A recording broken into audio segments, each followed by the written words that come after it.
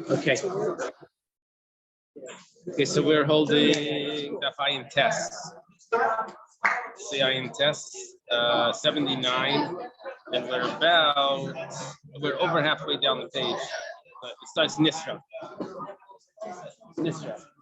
If the get got burnt, we're talking about where he throws the get either up to the roof that she's on, or he throws the get off the roof into the courtyard where she is, and it gets burnt along the way. So the Gemara says, when do we say that it's considered a valid get even though it got burnt? Just 1 second.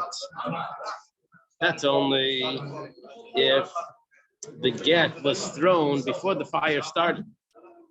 But let's say the fire was already burning by the time he threw the get. So where was it going to land? It was going to land already in the fire. So then that's light. That's not considered a good get. My time and me Carlos Strafe Castle. It wasn't going to land. It was going to. It burned up, right? The fire was on the ground. You threw it off the roof to the fire. He threw it either from the ground up on the roof, or he threw it off the roof onto the ground, and there's a fire there. Right, if there's a fire burning already, so then it's not considered that it was going to land, and something happened. It was never going to land. So that won't be a good get. Amar Rav Chisda says, Chisda says that there's separate areas when it comes to a get. What we learned was that if a woman is lent the space that the get is going to be placed on by the husband, she's lent that space. And she borrows the area to be able to acquire the get by having ownership of that area. So she only borrows one area. She doesn't borrow two areas. So Rav Chisda says there's two separate areas. She only borrowed one of them. Rami Bar Chama Rava. Rami Bar Chama says to Rava, Rami Bar Chama and Rava are both son-in-laws of Rav Chisda. How does the old man know this? It's their father-in-law. Well, it's actually not Rami Bar Chama's father-in-law. Actually, it's probably only Rami Bar Chama's father-in-law.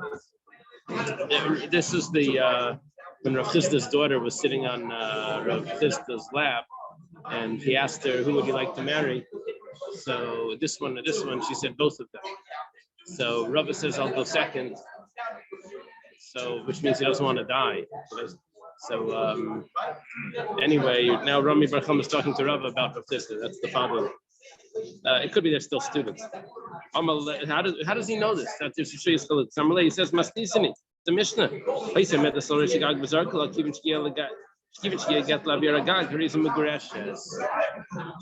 If the husband is standing in the courtyard and she's standing on the roof, he throws it up. And once it reaches the airspace of the roof, she's divorced. What's the case? And we have to explain what the case is. Say that airspace doesn't really account for airspace. What we said is that there was an opinion that said that if it's in the that's over a river, but there was an opinion that says when it's flying on top with the landed, and everyone argues on that. But by a get, that's not the issue. By a get, the issue is just being guarded. But the airspace could also acquire. So now, what's the case that we're talking about over here? Who owns the courtyard? Who owns the roof? Does she own both? He's in her courtyard. And he's throwing it up onto her roof. Why does it have to reach her roof? He could have just dropped it in the courtyard. It must be the opposite. It must be that it's his courtyard and it's his roof. So my hobby. So who cares if it lands on the roof? It's not her roof. It's his roof. It must mean that it's her roof in his courtyard. That's what we understood the whole time. She owns the roof and he owns the courtyard when it reaches the roof. So that's when let's read further. Let's say he's on the roof and she's in the courtyard. And he throws it to her. Once it leaves the area of the roof, Nimchak nisraf if it gets erased because of the rain, or it gets burnt. Or reason Megureshes, she's still divorced. I don't understand the Rami Bar Chama, or who is it saying? Rav is telling Rami Bar Chama, if it's her roof in his courtyard, am I Megureshes? Why's she divorced? His courtyard, he's throwing it off her roof to her in his courtyard, and that once it leaves the roof, it's gonna be she's divorced in his courtyard. Ela begagdi de v'chasidah must be exactly the opposite. It must be that it's his roof in her courtyard, right? Because we have two cases: one he's on the roof, and one he's in the courtyard.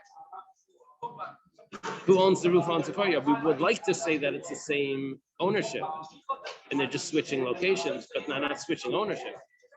But it doesn't fit. So Gemara says, "Reisha begagdi davachatzer today." The first part of the Mishnah is talking about her roof in his courtyard. Say for the end of the Mishnah is begagdi davachatzer dida, is his roof in her courtyard. It's exactly the opposite. It must be that he owns everything, but he's lending her one of the areas. Now we're seeing she doesn't own the property. She could own property. She owned it before. She got it from her father. But we're not worried about that now, because when the get goes into it, it becomes hers. It goes back to her. It's simultaneous. It's simultaneous. But that's not our issue over here. Our issue now is that who actually owns the courtyard? It's owned by the husband. Both the courtyard and the roof is owned by the husband. And she is being lent either the roof or the courtyard, depending on where she is. But she's only being lent one, not both. He's not lending her two areas. See, Rav Chisda's right. That when it comes to domains, there's different domains, there's different areas, and she's only lending her one. He doesn't lend her two places. Amalei, so Rami Bar Chama says back to Rav, the area. Do you really have to say this? Is this how it has to be? Maybe each one is a different case. Who's making up that it needs to be the same case? The first part of the Mishnah is her roof in his courtyard. Safe at the end of the Mishnah, is his roof in her courtyard. Okay, there's no proof from that Mishnah that to Rav Chisda. Amar Rava. Rava says, Shalish Midas Begittin. There's three rules when it comes to a get, which means we're going to have three differences between Shabbos and a get. It goes like this. First one is Damar Rabbi. Rabbi says that if something's flying over a Rosh Hashanah, Rebbe says that it's considered like it stopped, and the Rabbanan say that it's not like it stopped. It's not like it's rested. In Shabbos, that's only regarding Shabbos. But over here, but over here, it's because it's guarded. It doesn't have to stop. But it's being guarded. If it's guarded, that's good enough. The rabbis don't have to argue with Rebbe. They only argue with Rebbe on Shabbos regarding the laws of Shabbos. Next case, another case. No, it's kind of just yachid breshit traskel. Someone puts a stick, like a telephone pole or something, some sort of stick, and it's just a yachid, and on top of it is a basket. It's going very high, the stick. The zarak, and he throws something onto the stick, the nachal gabav, and it lands on top of the basket. Even if it's 100 amas high, he's chayiv. Why? Because the private domain goes until the sky. It's not considered out of the private domain just because it's so high. In Shabbos, that's only regarding Shabbos. But over here, we're not going to say that because over here it has to be that it's guarded. Something up there in the basket is not considered guarded. The wind could throw it out, blow it out. Third case. Adam Rav Damar Shmuel. This is a Rav This is name of Shmuel. Vayaman on the Begag. So we have to make some Begag shel Taverai. Rav says name of Shmuel. A person should not stand on the roof, on this roof. We're on top of 79 feet, and drink rain from the friend's roof. Why? Because you don't have an Eruv. And if you don't have an Eruv, you can't take from one house to another house, even if it's surrounded by a wall. Doesn't matter. Rainwater comes from. Yeah. Yeah, well, I think it means that it's dripping down the drain somewhere on the next roof. It's probably, and he's sticking his head over and he's drinking. He's on the roof. He's on the roof. I don't know where it's coming down the wall or if it's coming straight from the sky or whatever it is.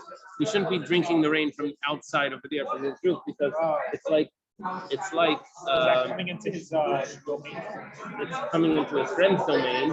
And he's drinking it from his friend's domain, but he's standing in his domain.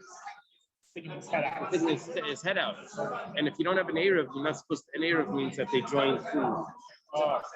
They have to join food together for it to be one domain. Yeah.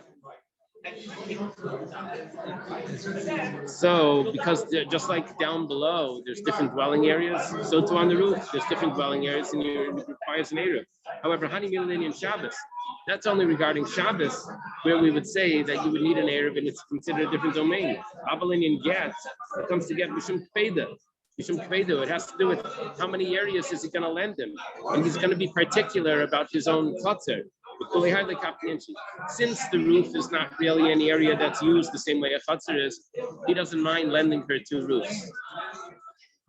When do we say that he'll only lend her one area that's in a courtyard? He's not giving her everything, right?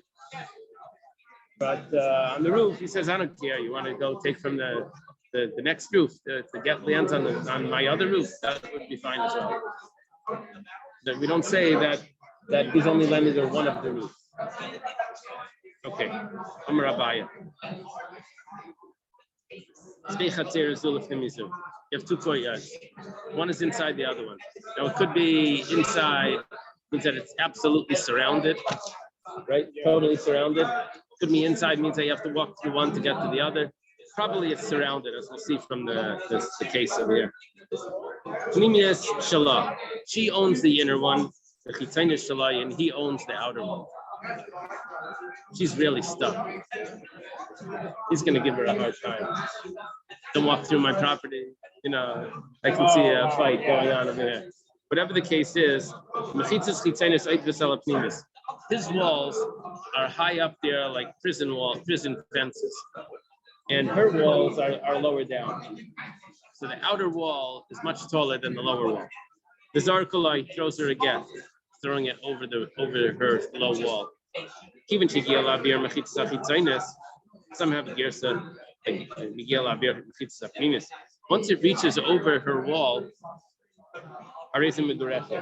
she's divorced. Even if it didn't go down within her wall, once it goes into the ear space, which is above her wall, so that's already, she's divorced. My concept that he throws it goes through the airspace back to the other end of his domain. He throws it over. Yeah, the only thing is, we learned that the arc that it makes, it has to be going on the downward for it to be considered. Otherwise, it's not considered Messina. Now, my timer, why is she divorced when it goes over the air, even though it's still high in the air and it's not under in the wall? Because the inner ear space is being guarded by the outer wall as well. But this would not apply to a box. There's 2 boxes. There's an outer one and an inner one. We're not going to say that the outer box is protecting the inner box. We don't say that the ear space, a box is only made for the bottom, not for the ear space of the box. However, in courtyards, ear space is also something. State kupas, you have 2 boxes, one is inside another one. She has the inner one. He has the outer one. The Zarkula, he throws the get to her. Even if it reaches the ear space of the inner one, she's not divorced. My timer, the whole loinach, because it did not land. The Gemara challenges, who cares if it lands? It's going to be